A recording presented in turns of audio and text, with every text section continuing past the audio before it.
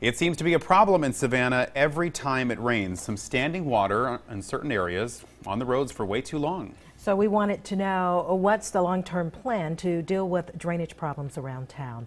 WSAV News 3's Martin Staunton is asking city leaders what's being done, and he is joining us now. Martin.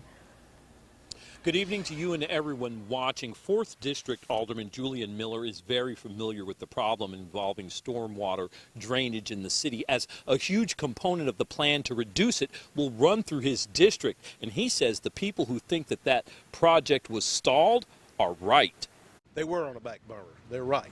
They were on a back burner until January 2016 because the last drainage project that we had got to be so expensive and so elaborate that the city kind of shied away from it. But the rain didn't stop, and the problems and the trouble spots from the storm drainage continue to frustrate people like Marion Smith, who works at the intersection of Victory Drive and MLK Boulevard. The other day when I was going to work, I worked right at Shabbat, and it was in the middle of my leg.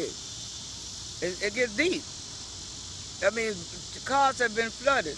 This is a crossroads in Savannah with a long-standing reputation of being submerged even in the slightest of rains. And people living here near the intersection of Victory Drive and Martin Luther King Jr. Boulevard say they have a dream of the day that problem is solved. One day we'll get it fixed. Do you dream of the day when they'll fix it? Yeah, I dream, and I pray it do. Miller says the fix is on the way for many areas plagued with poor drainage, but it won't happen overnight. And this is a gigantic project, and it's going to be expensive. We don't have enough money to do it all, but we do have enough money to go ahead and start the engineering. The engineering alone is going to take a year to do.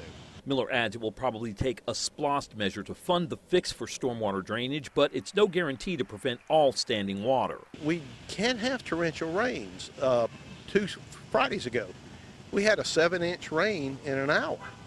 No city anywhere is going to be able to handle that. All the work we're talking about doing is not going to stop that kind of flooding from happening.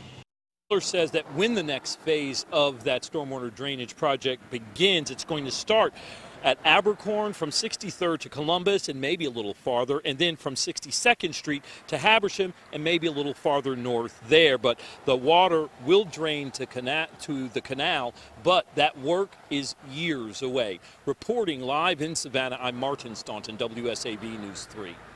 Martin, thank you. Meanwhile, the